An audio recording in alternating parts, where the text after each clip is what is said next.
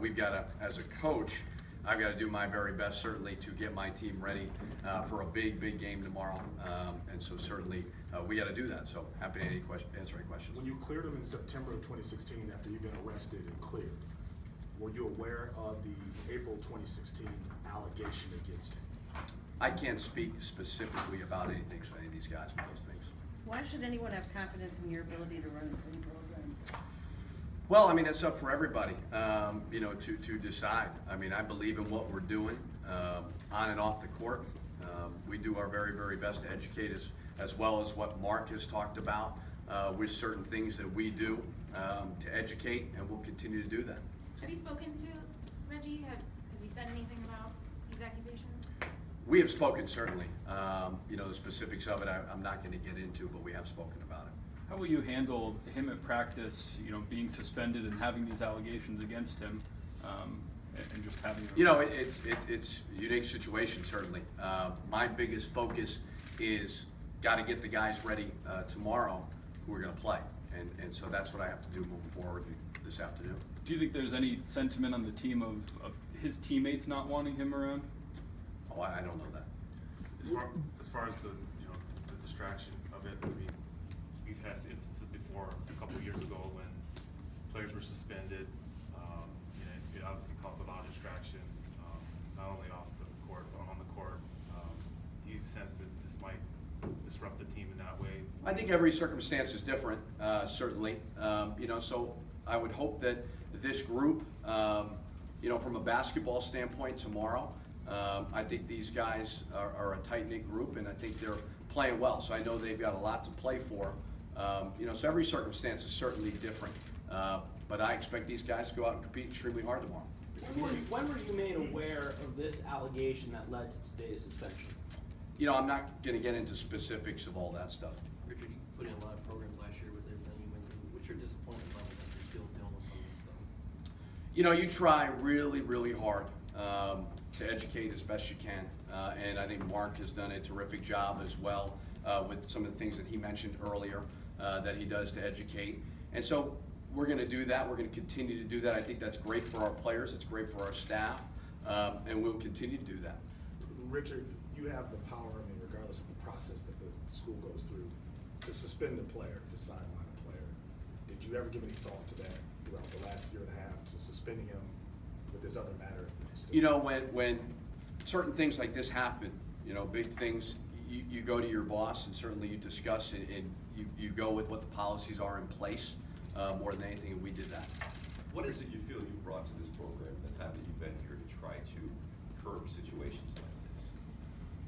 Well, we put together, obviously it's been written about and talked about, we've put together over the last, 2 years, to go along with what we hope to educate every day, obviously as a coach. But we bring in speakers every fall and summer to continue to educate them. Myself educates as much as we possibly can to go along with what the athletic department does as well.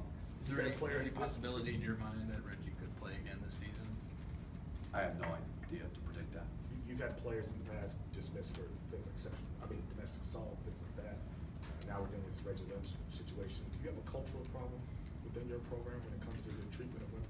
I don't believe that we do. It's certainly, we're going to try to get better every single day. And we take a lot of pride in our culture and educating our guys. And we'll continue to do that, so I don't believe so.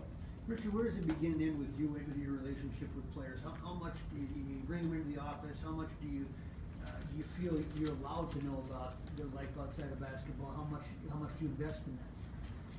Well, you got to. As a coach, you've got to invest in their life first and foremost, and you've got to be, you've got to be a coach. You've got to be, a father figure, and you've got to be involved as you possibly can in their lives. And you got to educate. You really, really got to educate, because that's what this job is all about, and that's what we all take pride in doing. Was it a mistake to bring him here? I'm sorry? Was it a mistake to recruit him, put him on the team? Oh, I don't know. I don't know. How much background do you do on especially a transfer guy when you're recruiting him to bring him in? How much? We do a lot of background. And we never saw any red flags leading up to this, certainly. So we do as much background as we possibly can with everybody we bring in.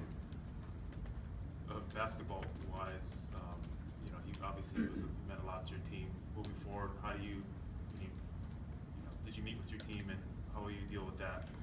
Yeah, I mean, it's obviously difficult, you know, stemming from Eric Curry, you know, the same similar position. So certainly, not to make light of this and make it about basketball, but, you know, if you're asking specifically about basketball, you just got to have the mentality as a team. You know, it's kind of a next man up type mentality.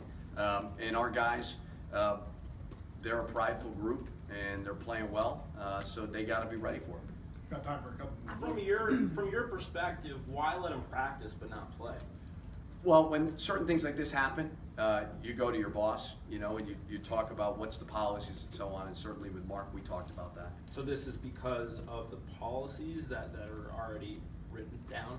That Mark and I discussed it, and I said, you know, what are the policies and so on. You know, I don't know all of the stuff with all those things, and that was the decision that we came up with. Did you advocate one way or the other? Let him practice? I fully support Mark, and I think he's a terrific boss, and I support his decision, and I was certainly in on it as well, so I support him. You were with Reggie and Mark this morning or today when he made the decision. You know, did Reggie have anything to say? How was his? You know, I mean, you know, I'm not going to get into details certainly about personal conversations, you know, but anytime, you know, from a basketball standpoint, you know, a guy who plays a lot, obviously that's difficult for your team. You know, so I've got a locker room full of a lot of guys that I got to, you know, tend to and get ready for IU tomorrow. And we're going to have to fight like heck to do it.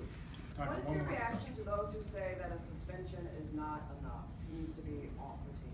You know, I think that there's policies to handle all these things. And, you know, I support Mark and trust him and, you know, trust that all these policies, they're in place for a reason. Do the policies need to change?